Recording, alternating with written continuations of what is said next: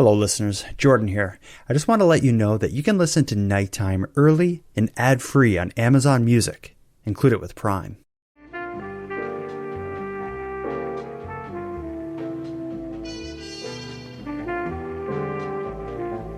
You are listening to the Nighttime Podcast. Hello listeners, and welcome to the 13th volume in the Nighttime Podcast's listener-contributed Encounters with Creeps series. If you haven't heard the prior Encounters with Creeps episodes, here's what we're up to. A long time ago, I asked Nighttime listeners to share their stories of unpleasant experiences with people they consider to be creepy. And, well, the stories continue to pour in, and I welcome every one. Tonight, in this episode of Nighttime, Madelanye Klein and I are going to present the next batch, our 13th volume of listener-contributed Encounters with Creep stories. We're going to hear some stories connected to photography, stories set in workplaces, some random encounters, and of course a bunch more. So let's not waste any time. Let's get into another round of creep encounters. Ms. Madelanye Klein, fancy meeting you here. It's been a while since we've been live. We're recording this live on YouTube after the birth of your beautiful baby girl. We've backed away from live streaming our recordings on the Nighttime Podcast YouTube channel for fear that all hell would break loose. It hasn't happened yet, so let's roll the dice. Why not, eh? I'm into it. As we're saying that, I think I can hear her crying, but it might be a phantom cry. It might just be me.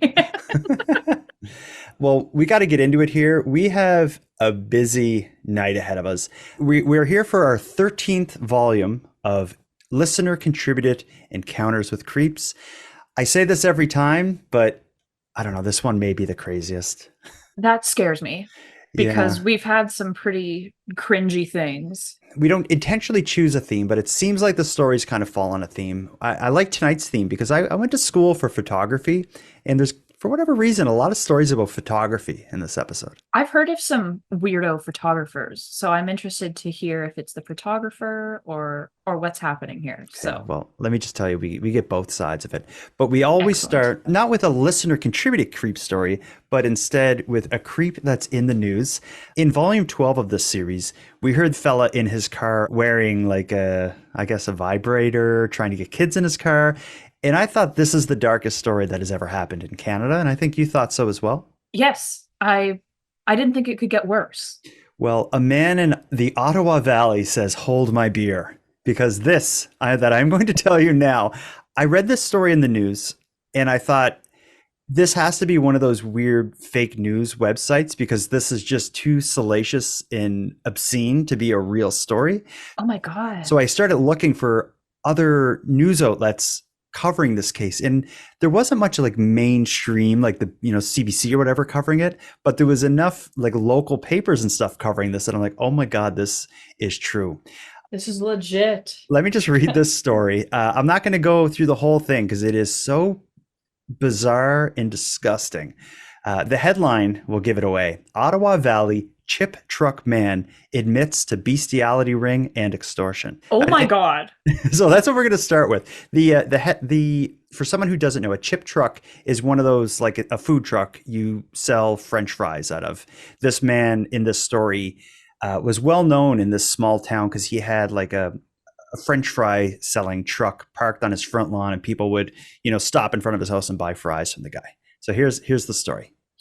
A boy with autism was 15 when he took a summer job at Steve Sernoskie's chip truck in Round Lake Center, a lakeside hamlet in the Ottawa Valley. Sernoskie, a retired TTC trackman, and the TTC is the Toronto Transit Commission, so he would have worked on the railway for Toronto Transit. Sernoskie, a retired TTC trackman, didn't waste time when it came to grooming. First, it was sexualized comments, then a free supply of booze and weed, then a shower of gifts and cash in exchange for sexual favors. But the situation descended even further into the darkest depths of grooming, exploitation, and sextortion at the hands of the 60-year-old Sernoskie. Sernoskie is not your ordinary sextortionist. He ran a bestiality ring in which he pimped out dogs, mostly St. Bernards, to be raped.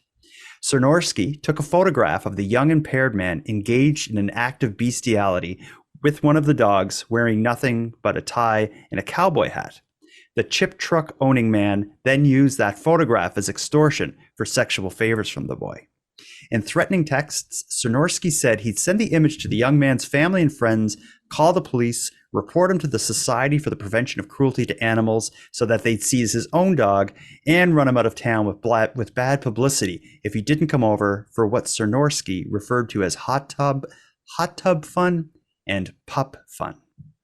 In the end, and this is so far very disturbing, the end of this story, though, karma does get him in a way. In the end, Sernoskie's undoing comes when he exacted revenge against the boy out of jealousy. It was November 12th, 2020, and Sernoskie was jealous that the young man was meeting up with another man at a hotel in Pembroke with that man's dogs. And he was so jealous that he contacted the Ontario Provincial Police to report an act of bestiality at a hotel. When the police got to the room, they found the two men and two dogs, but there was no evidence of bestiality. Detectives then followed up a few days later with Sernoskie at his home, and it is then that Sernoskie himself shows that long-kept extortion photograph to the police, the image showing the man, then boy, engaged in bestiality in his basement. With that evidence, Sernoskie ends up being charged with arranging the rapes of 4 dogs and for extortion of the boy. He ends up pleading guilty to bestiality, specifically for facilitating multiple rapes of dogs and the extortion. The judge told the court, "I see a lot of disturbing cases, but this tops them all. This is truly revolting." His defense lawyer made a point of telling the court that none of the dogs required medical treatment after the rapes. Sernoskie, and this is the part that's going to make people in the Ottawa area feel good, he's now back at home in his community about 160 kilometers west of Ottawa. The chip wagon in the front yard is gone, but there are beware of dog signs in his windows. Oh my God. Is that nuts? I hate to laugh. It's so bizarre and disturbing, and it's something out of like the Texas Chainsaw Massacre or something. Yeah, that is the most dark thing that I think I've heard on this channel, or this series, I should say. Yeah, and the article's from the Ottawa Citizen, and it goes way more in depth of what actually happened and what was going on, and it's stuff I wouldn't even say on air. Oh, those poor dogs. Oh, but do you see why I kind of questioned if it was even real? Oh, it sounds like it's like clickbait. Yeah, it does sound like clickbait. And so I don't think any of the stories that we're going to hear from our listeners are going to top that in terms of disturbing and just criminal. But we do have some wild stories that I think I like to start with something really wild like that, because when we get into the listener stories, they all hint to like, what's this person capable of? Is it something like this Steve Sernoskie guy? But we'll see. Oh, that's just horrifying. I can't get over this. Yeah, I can't put words to it. I'm laughing because I'm nervous. Yeah. It's making me uncomfortable. Well, here we go. We have a couple themes we can choose from. We have stories that involve work. We have random encounters, which is a common thread. This is just like Jeopardy, right? Where you choose your category. We have work stories. We have random encounters, and we have stories that involve photography. Let's start off strong with photography for 200. You want to jump right in? All right. So we can choose. So if we choose the photography category, you can choose a photo lab creep in Florida, dick pics galore, nice, or Liz's wading pool creep. Let's start with the photo lab. Oh, I love a photo lab.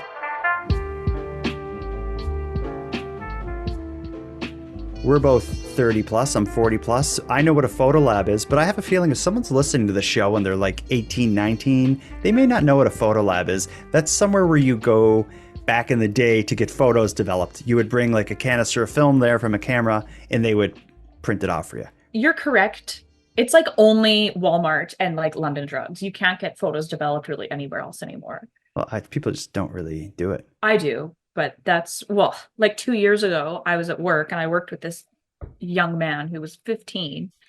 And I told him that we used to get our like disposable cameras developed at a grocery store. Mm-hmm. And he had the audacity to look at me and say, "Oh, wow, you are old." I wasn't even 30 yet.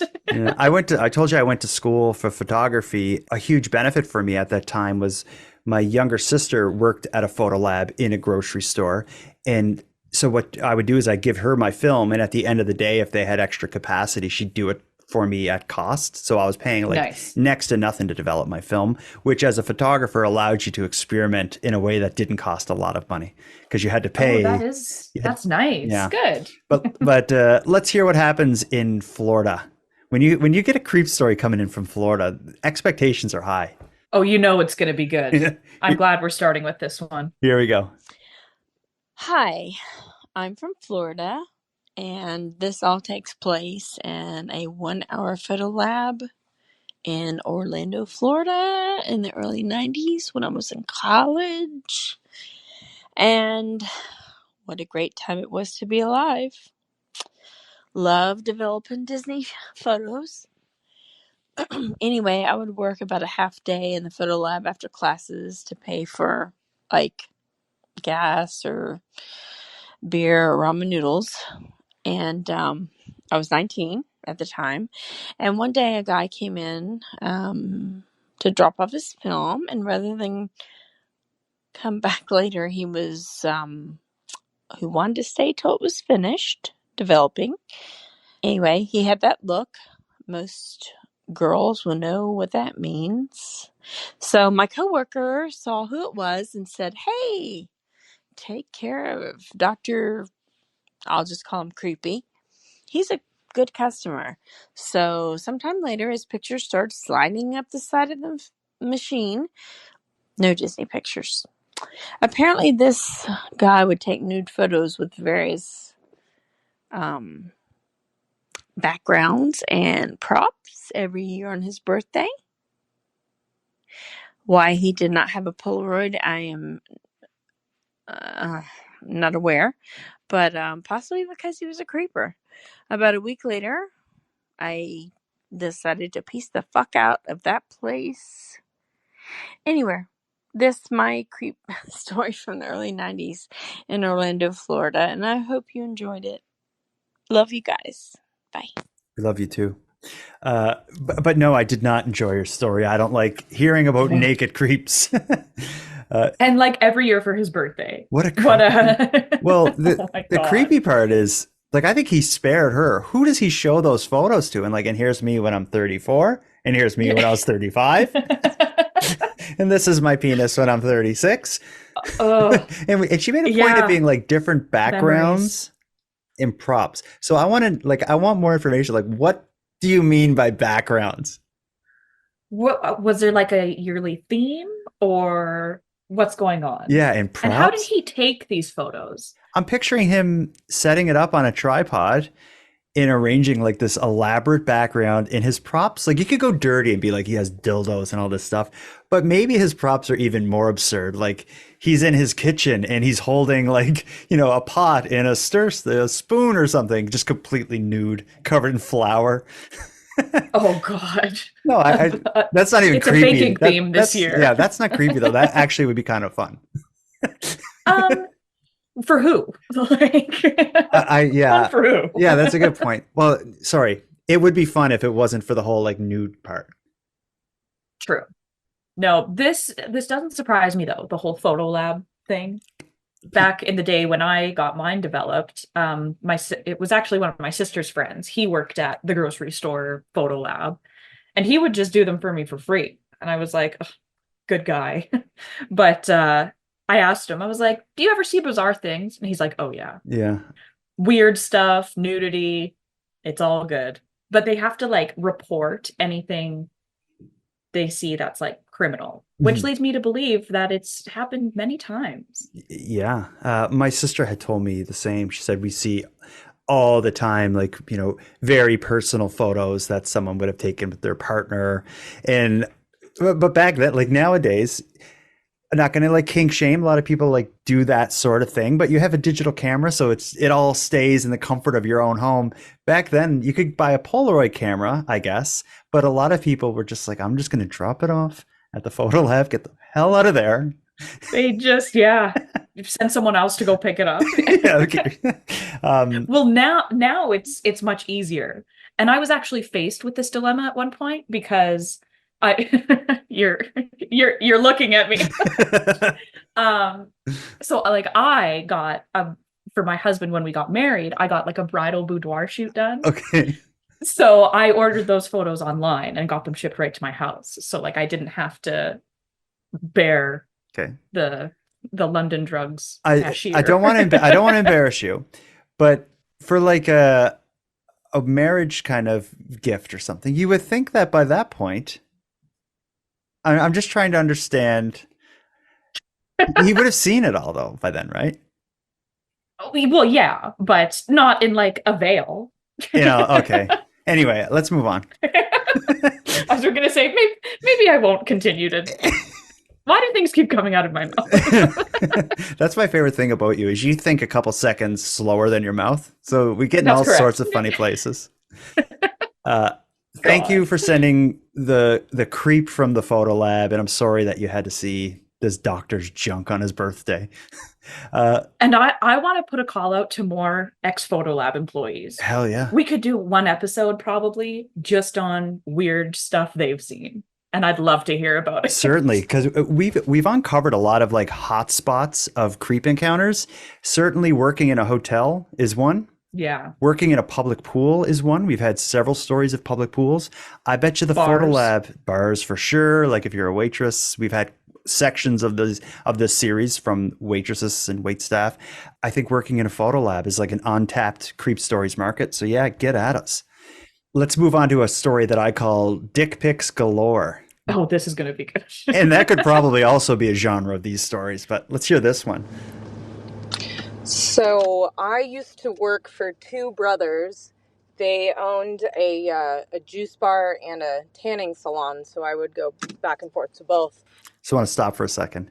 If you own a juice bar and a tanning salon, you're all, like, I can picture what you're like already in my head. You definitely drink like creatine shakes, like the workout shakes. Anyway, let's get back to it. I thought I didn't hear that right. No. What? I was about 22 and one of the brothers was 30, 35. One day he asked me, "Hey, I'm doing some modeling. Do you think I could send you some photos and you could pick out like the top 5 and then I'll send those in for whatever modeling gig he was doing?" And I said, "Sure, yeah, send them over in an email and I'll let you know." Well, I opened my boss's email and there's about 60 photos of him butt naked with a raging boner, like all like Playgirl, like dick pics, every single one of them. And I was like, oh my God. I was so uncomfortable. I never replied to it. I just went back to work, pretended nothing happened. And not to mention, I looked in the search engine right after he left work, all like barely 18 porn, super young girls, very, very, very uncomfortable. So that's my story. Yeah. I think that's just a really bold way to let someone know you're interested in having sex with them. I was looking for the right word. Bold is good. Well, I'd love to know what he thought was going to happen. Was she going to like reply to this email and be like, "Can I come over?" Yeah, these are amazing. And there's 60 of them. Oh my God. Oh, yeah. It's certainly an act of coming onto her. There's no way this is a sincere needing help figuring out which are the appropriate photos. I wonder what if there was some kind of modeling agency or somewhere he was sending these photos. Ain't no way. No. Ain't no way. If anything, it's like some weird like kinky dating site or something, maybe. Yeah. Pornhub. Nothing. Yeah. I think he was just hoping something wild was going to come out of his bold move of sending a whole bunch of naked photos of himself to his employee. Oh, and there has to have been more. Like he for sure sent that out to many young girls that he knew. And they were just too scared to talk about it amongst themselves. Yeah, I don't like this guy owning his juice bar and tanning salon. Oh, would you go to this guy's tanning salon? Oh, and now I'm just picturing him as like this orange, like muscular juice drinking. It's like stinks of carrot juice. Yeah. Oh, yeah. Oh. Carrots are an amazing aphrodisiac. Drink this and look at these photos. Oh my God. Well, yeah, and like I want to know, did he take them? Like I want to know more. Did he take them himself? Was this like a legitimate shoot? No, it was not Or legitimate. The juice bar tanning salon owner did not have a legitimate photo session from a modeling agency of his penis. oh no, he could have just like hired a photographer himself. I, Could you I didn't think this was a legitimate modeling career. Okay. Absolutely not. God. Oh, yeah, maybe he was trying to break out into the porn industry. Who knows? But he's barking up the wrong tree. He's sending them to the wrong people. It seems, yeah. As creepy as that guy is, at least it doesn't involve children like our next story does. So we're Oh going to end our no. photo series, our photo section of this show by hearing from Liz, who worked at a public pool, a wading pool, which is like kind of like a shallow pool for children to splash around in a kind of a public park. Here it comes. I love the Encounters with Creeps episodes of Nighttime, and I appreciate you for providing a platform for people to tell their stories of trauma. I hope you keep it going as a regular feature of this podcast. While I do have my own stories of creeps approaching me personally, this is a story from when I was 18 years old, in which I found myself in a situation where I had to protect much younger children from potentially pedophilic creeps. In 2013, I was working for the Toronto Parks and Recs as a lifeguard at a wading pool down by the lake. It was a concrete pool about a foot deep, and most of the patrons were toddlers and babies because the Sunnyside swimming pool is like right next door, and that's where older kids tended to go. In Toronto, it's not illegal for children under the age of 5 to be nude in public, but it wasn't very often that this would happen. I think it maybe should be illegal just for their protection. Anyway, I couldn't tell you how many times over the summer that I had to ask people to please not videotape or take photos of the children in the pool. This is random men that just come into the park without kids with them and take images of the kids playing in the water. It happened multiple times over the summer. One man told me he was collecting stock footage for the Weather Channel. Another told me that, oh, it's okay because I'm not taking pictures of their faces, just their legs. One time, a couple who brought their kid there said that they were fine with their child being filmed, and I made them take a video of them giving consent, so that the government would be held liable for the footage being taken. Maybe they believed him that it was innocent. I guess maybe it could have been, but sometimes the men would just leave really quickly. One guy just left on the bike trail going towards a different wading pool, and I knew the lifeguards down at that wading pool, and I heard later from them that he just went over there and started filming the kids over there too, and they also had to ask him to leave. Anyways, I just found this very, very disturbing, the frequency of creeps trying to get pictures of kids in bathing suits. So I guess this is a PSA to parents who take their kids swimming. Just watch out for onlookers. I don't know. Be careful out there. That another reason to be careful at any public pools or any public areas where you're, revealing more than you normally would, I guess. That's disturbing, but not surprising. Like, I know it happens, but what surprises me is the frequency in which it happens. And It doesn't their surprise shitty me. excuses when confronted. Yeah, well, good for her for confronting them.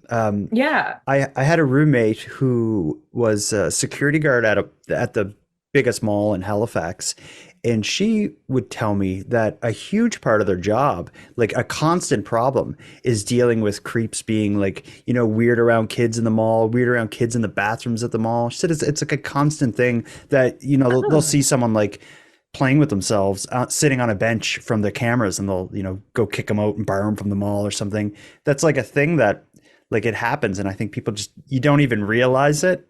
And if you're at a public pool, like a wading pool, and there's just some random guy on a bench with a camera, I'd just assume his kids are there or something. But Well, exactly. That's what I would assume too. I don't think maybe now that I have kids, I'd give it a second thought, but yeah, I don't know. and she made a point of No saying plural. kids like below the age of 5 can be nude in public or something. I never knew that, but I wouldn't need to, because even when my kid was like 3 days old, he wouldn't be nude in public. Yeah, it's yeah, definitely not here, but like you go to places like Italy Yeah. and wherever else, and not just kids, but everyone's naked a lot of the Where, time on beaches and yeah, stuff. So, maybe a ugh, cultural thing, but for like, yeah. yeah, I don't know. I couldn't imagine that with a even with a baby. But like, if when my kids were babies, if I was changing their diapers or something, I would still do it somewhere where Yeah. people aren't gonna see anything. Now that you say that, I'm always very surprised, and I don't frequent pools too much anymore, or beaches for that matter. But I'm always surprised at like a lot of parents don't really care where they change their child, like Hmm. whether it's a diaper or just their clothes. I'm just like, now that I think of it, yeah, I've seen lots of parents just like quickly change Mm. their young kids just anywhere. Yeah, I'm like, yeah, don't do that. it's an interesting thing because yeah, it's like it's natural and you shouldn't have to hide because you're changing your kid's diaper. And same with like nursing a baby. There's this Hmm. whole thing with like you should be able to just sit down and do it. You should be able to do that, but at the same time, like a part of me would be like, I want to be able to do it here, but I also don't want to do it here because there's so many freaking creeps, and like to like, Yeah. would you would you be comfortable like nursing a baby on a bench in the mall? It would depend where the bench was like facing. Okay. And yeah, like I nursed in public a couple weeks ago, but I like went to the back of where we were, Okay. and then my chair was to the back of where everyone was. Okay. To be uncomfortable about creeps is one thing, but then there's a different argument about like not being allowed to do it, and that's a whole different thing that's Oh equally yeah. upsetting. So, yeah.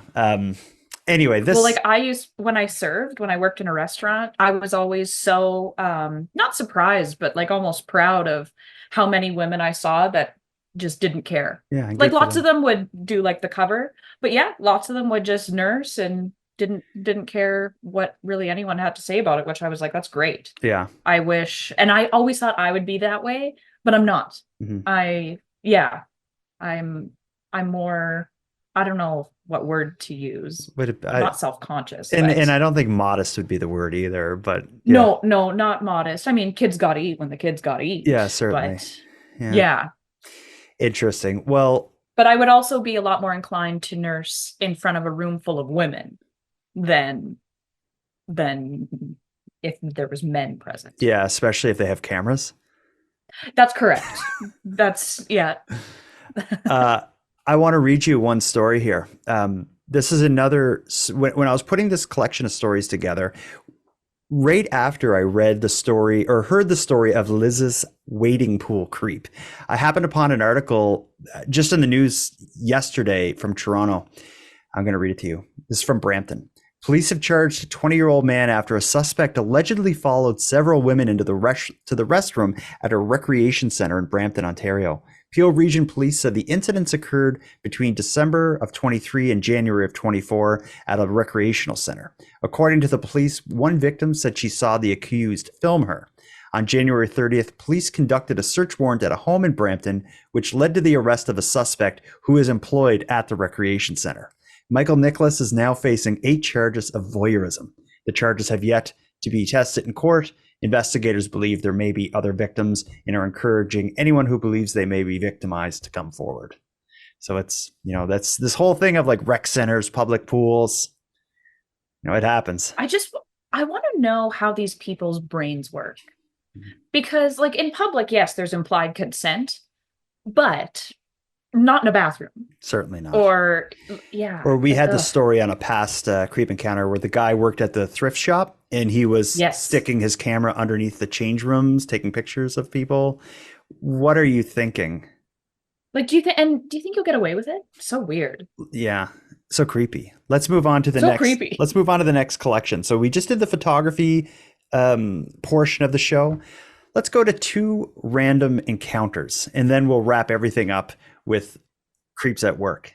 For the random encounters, we'll start with Ava's walking trail weirdo. This is an interesting one because it's going to be one of those like, is it a creep or a misunderstanding? So you tell me. Oh, I like being the jury on these ones. Hi, so I'm writing in about my walking trail weirdo.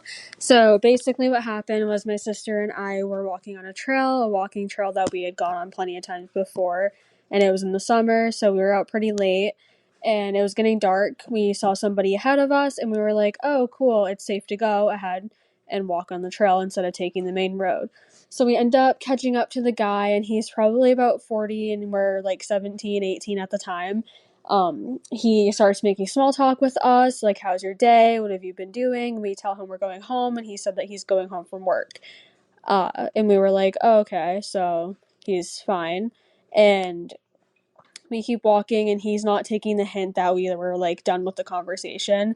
He keeps trying to talk to us, and he's saying things like, oh, hey, do you want to come kayaking with me? Do you want to come hike a mountain with me? I can show you some cool spots. And we just kind of, like, laugh it off. We're like, no. And he's walking, like, super close to us. He's smoking a cigarette, and we're just, like, over it. So at the next break in the trail, we take off, and we're like, hey, this is our neighborhood. It wasn't. We just wanted to avoid him. So we keep walking. And about 10 minutes pass, we get back on the trail thinking he's about 10 minutes ahead of us. So we go up on the trail a little bit farther, and we hear, like, talking, and we smell a cigarette, and we're like, oh my god, this is that guy. So he's off, like, crouched off to the side. He's, like, hunched down. He's talking on the phone with somebody. He's saying, like, they and she, and, like, I don't know. I don't know if he's talking about us. I don't know what his intentions were, if he knew we were behind him, but it was just creepy. So we ended up, like, backing up, then we booked it through the woods onto the main road. And yeah, I don't know what his intentions were. It was very creepy. So let me know what you think. I forgot when I said at the beginning, is it a creeper misunderstanding? I forgot that he asked them to, like, come somewhere with him. That alone is creepy. If you're an adult and you're talking to a kid, if it's anything more than, how you doing? That's right. Then it becomes... And also, I trust her intuition.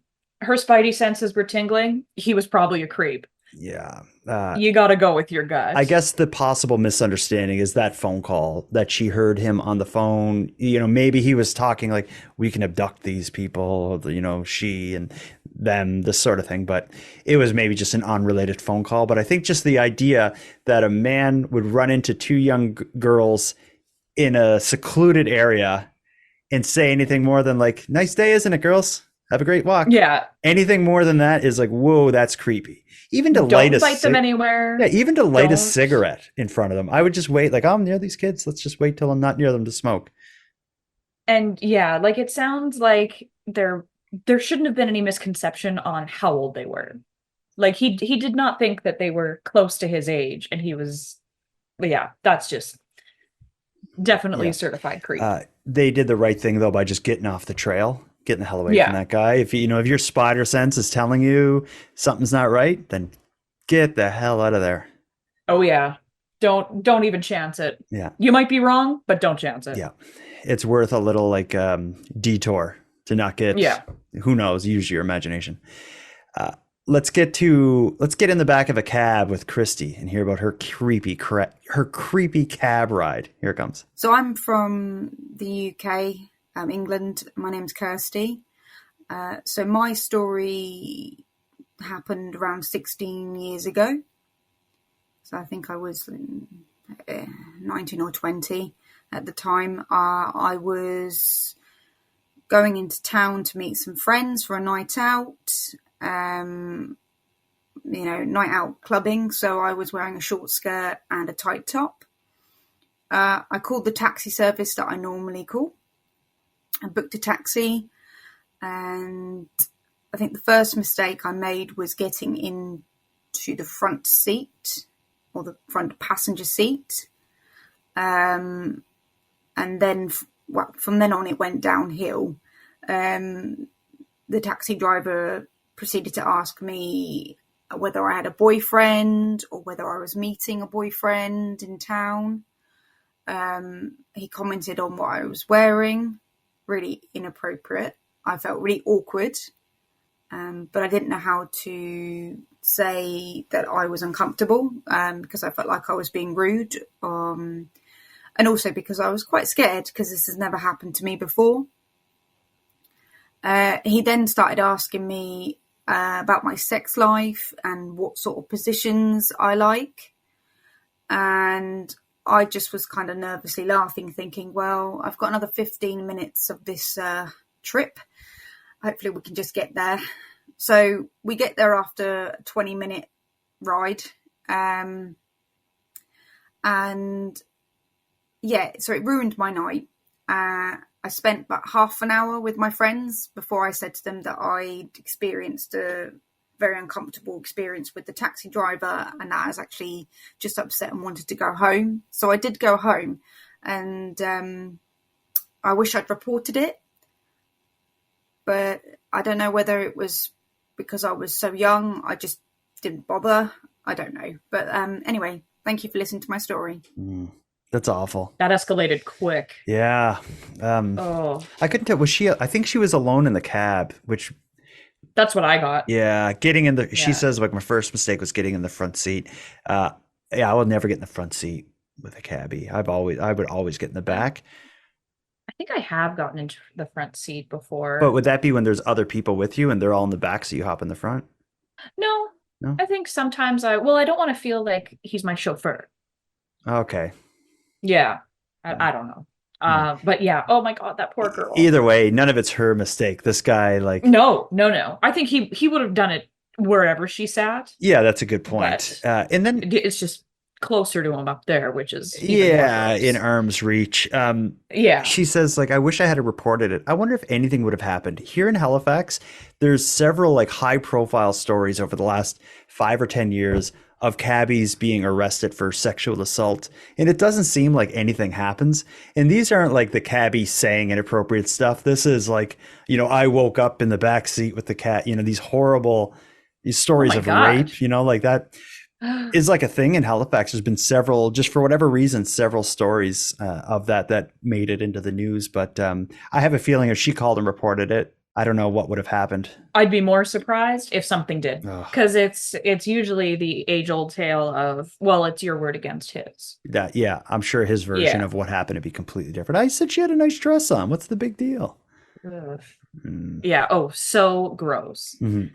And like, you can't tell me that these weirdos that sexually harass young women like this, you can't tell me they're not picking up on the uncomfortableness. Like, you're making her uncomfortable. Mm-hmm. And if you don't, there's other issues there. Yeah, good point. You can't pick up certain cues. Ugh. Yeah, then maybe it should be working like alone with the public in a confined space. Yeah. Oh, gross. And like, it ruined her night. Yeah, that sucks. That's awful. Yeah. But I can see how if you're going like, partying or, whatever, and spirits are high, one awful experience like that is just going to put a dark cloud over it. Well, I hope she took the metro home.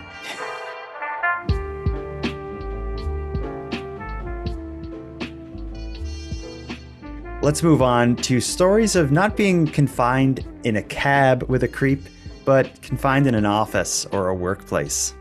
Oh. Do you want to go to a pet store? Do you want to go back to the UK? Or just hear a generic creepy American story? Give me the pet store. Good. I like this one. This one is maybe an introduction to our new spin-off series called Encounters with Assholes, because I don't know if this guy is a creep or an asshole. Here it comes. So years ago, I worked at a Pet Value, which is just like a pet supply store. And I'm standing there at the front counter like I do every day. This guy comes in and he asks, "Excuse me, can I get a cup of water?" And being a pet retail store, we don't have cups of water. I say, "No, sorry." And before I can tell him that the Quiznos next door will give him a cup of water for free, he says, "Well, what would you say if I was a dog?" And wanting to play along, because this guy just came in with a weird energy to start with, I said, "Well, I'd say there's a bowl of water on the floor you can drink."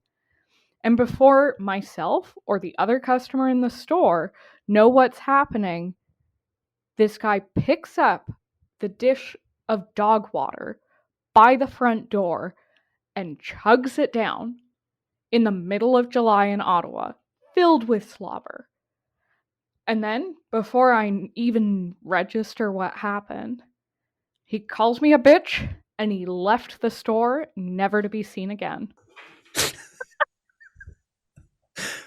That guy got a story to tell. What was going on in his life that day? I don't know, and I don't want to know, but he is unhinged. Is he a creep or an asshole? Or yeah, he is a creep. That's a creepy thing to do. He's an asshole for calling her a bitch, and he's just, what word am I looking for here? Unhinged for that kind of behavior. And why would you that go in a was your solution? Yeah, why would you go in a pet store and ask for a glass of water? That is weird. There's a Quiznos right beside you. Well, maybe he was there right before. If he wants to drink dog slobber, have at her. Yeah, but I think just as everything plays out in the story, she comes out winning anyway. Because she has the best line of the whole thing. Like, he's like, well, what if I was a dog? She's like, well, I'd tell you to drink from that bowl on the floor. Which I'm so glad she said. It's at that point he should have been like, bitch, and left. But then exactly. He loses the competition or this little bad vibe battle by picking up the dirty water and drinking it. I would have just been so confused. Like, what is even happening? Like, you know, you're hurting you and not me, right? Like, I'm going to refill that for the next dog. Oh, that's so gross and just so weird. Yeah. I don't know if he's a creep per se, like kind of on the spectrum, I guess, but definitely a weirdo. Yeah. Definitely something's wrong upstairs. Lights are on, but no one's home. Okay, here's a good one. This is Kate in the UK. She's relaying a story that a friend relayed to her. So this is, I guess, like a third party, a third person. What would you call that? A third person creep story? Yeah, that sounds right. But it's so good that we got to do it. Here it comes. And this actually, in the thinking of what we just heard, this also involves this sort of battle. Like, well, what will you do if I do this? Listen to this. So, hello, Jordan. This is Kate from the UK again. I have a nighttime creep story. It's not my story. It is my friend's work creep story. So, she works for quite a formal business. We're talking, suit and tie attire. And during the pandemic, when everyone went over to Zoom, she did have this one colleague that would frequently turn up to meetings shirtless, and I'm saying this in inverted commas, being to the gym, and she'd have to ask him to put a shirt on. Now, as things progressed, he sent a company all email saying that he was a nudist, that HR had approved this, and he would from now on be coming naked to work, both online and in real life. Now, this made me giggle somewhat because I had this image of him getting the tube to his workplace in a suit and tie and then undressing as he walked into the office. Now, my friend was quite, dismayed at this, and she did not want to see his meeting to that. So she contacted HR, and it turned out that they had not given him permission to send this email, nor had they approved his nudity at work. Now, it turns out he'd sent, I should probably add the word allegedly just to stop us all being sued. Now, he had sent HR this, 3-page manifesto about how nudity was his right, and if they didn't let him be nude, they'd be breaking the law. Now, unfortunately for him, the right to swing free is not a protected class, and he, had to tuck that small boy away, shall we say. Now, HR notoriously don't like to get into any kind of legal issues. So they had tried compromising with him, saying that he could maybe be nude via Zoom, but he would not turn his camera on. Now, this was not good enough for him. He needed people to see that he was naked. Now, to me, this is the first clue that maybe this wasn't so much about his right to be nude, but his right to intimidate and impose his will on other people, because you can just bet during those calls, all of a sudden he needed to just, stand up and get something from just behind him.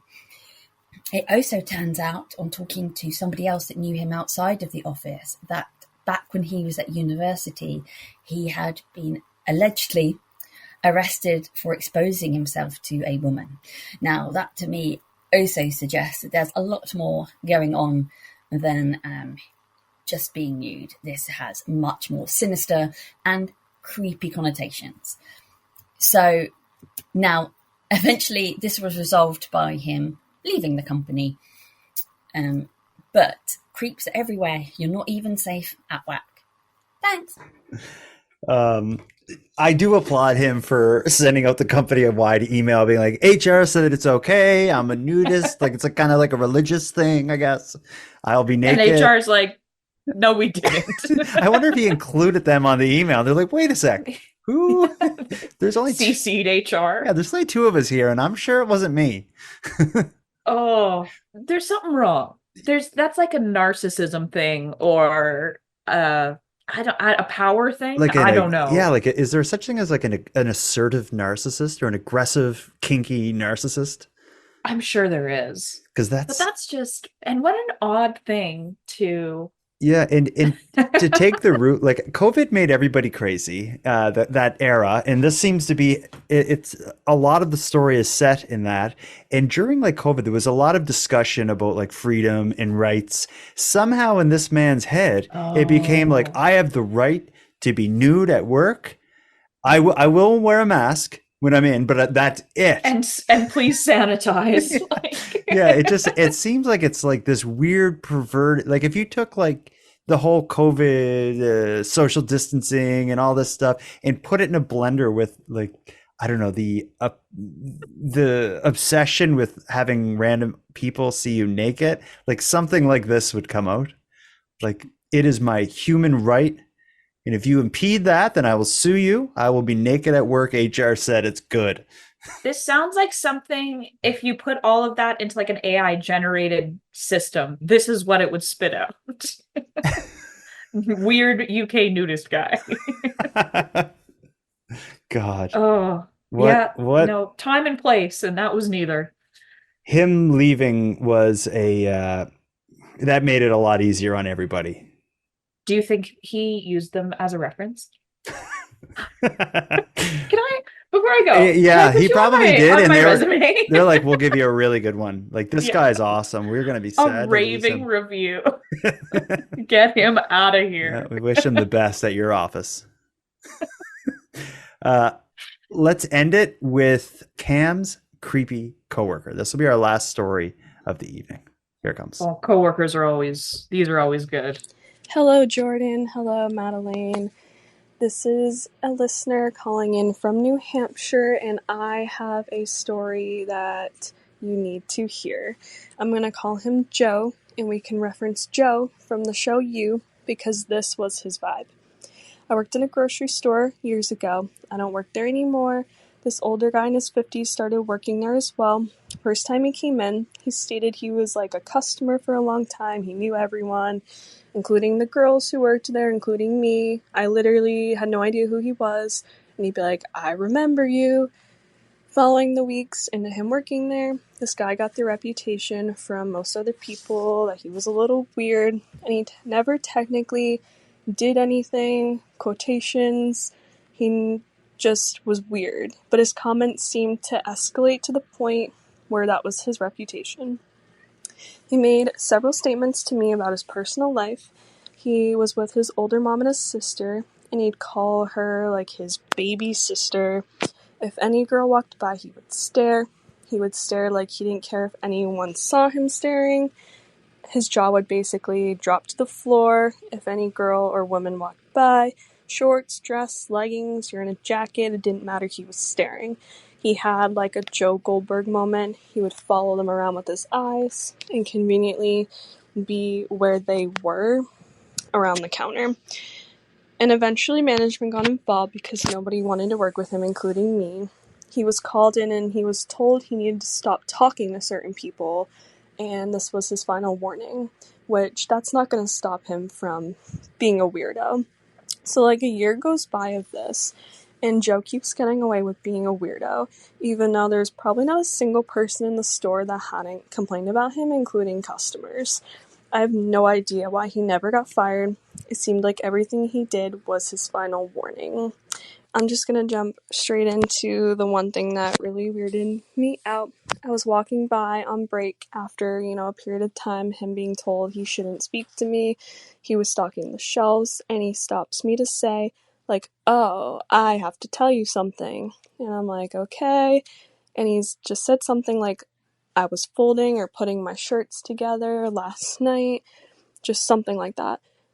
His work shirt specifically, and I pulled a long blonde hair off of it, and I'm just kind of like standing there like, is this really happening? And it just made it sound like he was talking to me because I had long blonde hair. I just kind of walked away. So it was a joke between me and my coworkers that he would like keep samples of other people's hair, and he's just done things like this to other people. He would say weird things like, "You like that, huh?" And he would say it in a way like, "You like that?" And it was just always his catchphrase, and it made me laugh, but it was just so awkward.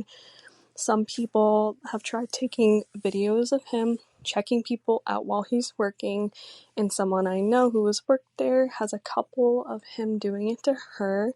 It's like a super funny joke, but such a messed up concept that even exists.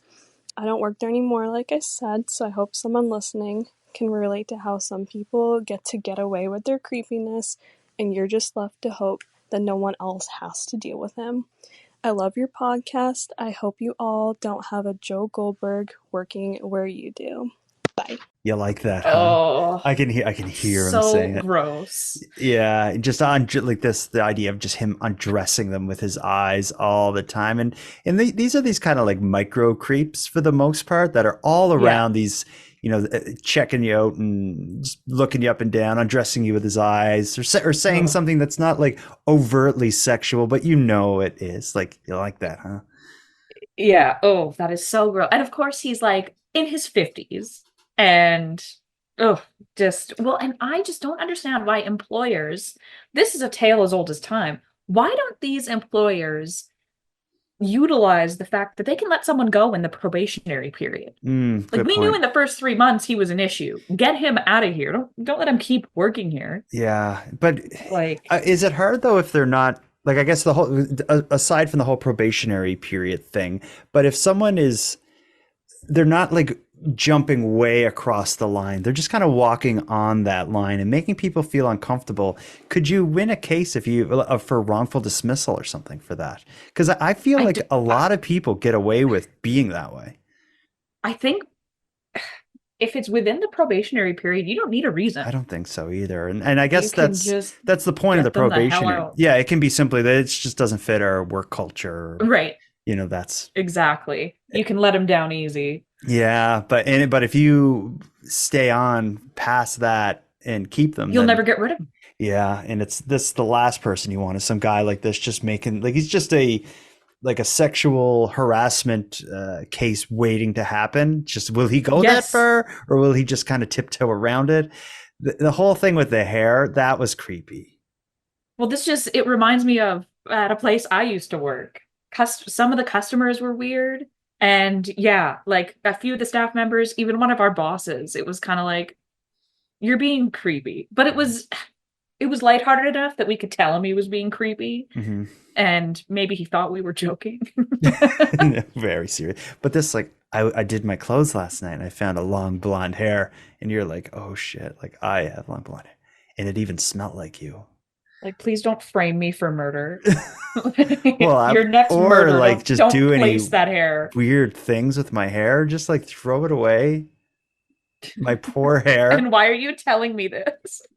Oh, I hate this guy.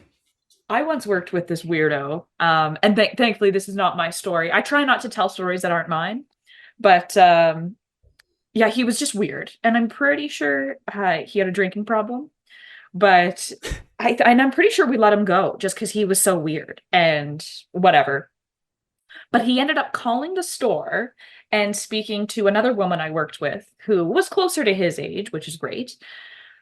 But it was just so strange because he like asked her out on the condition she change her hairstyle. Well, I guess At least that lets her know right now that don't waste your time with this guy. Like, because that's He's insane. Yeah, that's going to get a lot worse. Yeah. Oh, yeah. He was different for sure. But I could tell you lots of stories from that era of my life. Well, let's start wrapping this one up. We've been through more than enough creep encounters for one day. We've called out to people who work or have worked at photo labs. We believe you have a cache of creep encounter stories we want to hear. Let's get at us. Oh, and they're going to start flooding in. I think we will. Because that was, nowadays it wouldn't be a big employer, but a lot of people in the 80s, 90s would have had a job at, like, I worked fast food, then I was at a photo lab, talking about when they were younger or something. I could see those stories coming in. Well, and stories like this stick with you. Mm-hmm. You don't forget about, how they say people never forget how you make them feel or whatever. When you're creeped out, you don't forget. Yeah, well, it's funny. We do get a lot of, like, sometimes we're like, last week, we get stories where it's like, last week this happened. But we do often get, in 1996, when I was 18, we get these old but stories. Then they probably even remember the date because trauma stays with us. What a shame. All right, well, Madeline, it's we got through it. It's been fun. Some of them were fun. I was going to say, some of them were fun. Some of them were pretty heavy this time. But as long as there's a few we can laugh at, I'm okay.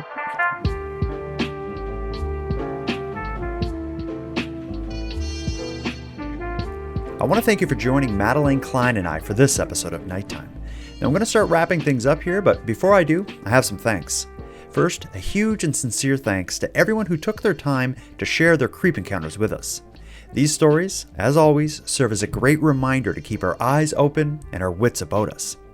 To any other listeners out there who think they have a story to share, we're going to be doing a whole bunch more episodes in this series, and we'd love to feature your story. You can share it with us by using the app built into nighttimepodcast.com/contact. So if you got something to share, go to my site now. The voice recorder is easy to use, and if you make any mistakes or misspeak, don't worry, because I'm going to edit before it goes to air, and I'll make sure you sound your best. We're excited to hear from you. Next, I have a big thanks to Monty Datta for contributing the music for this series, and LJ from the Dystopian Simulation podcast, who provides my intro and outro voiceovers.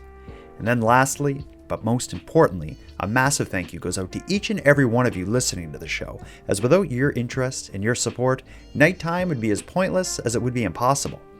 On the topic of support, let me thank the newest subscribers to the premium feed. Gail, Adam, and Tiffany, I appreciate you. For anyone else who'd like to support the show, you can help us out here in a variety of ways. First of all, the premium feed subscription costs only a couple dollars a month, and that money funds the creation of the show, but the premium feed also gives you access to the episodes 2 days early, gives them to you ad-free, and gives you access to a full back catalog of episodes. If that sounds like something you're interested in, you can go premium right now at patreon.com/nighttimepodcast. And even if you don't want to go premium, you can still help the show by simply sharing this episode on social media and warning all your friends about the creeps out there. We appreciate your support growing this. Now until next time, take care of each other, hug your loved ones tight, and let me know if you see anything creepy. The Nighttime Podcast is written, hosted, and produced by Jordan Bonaparte.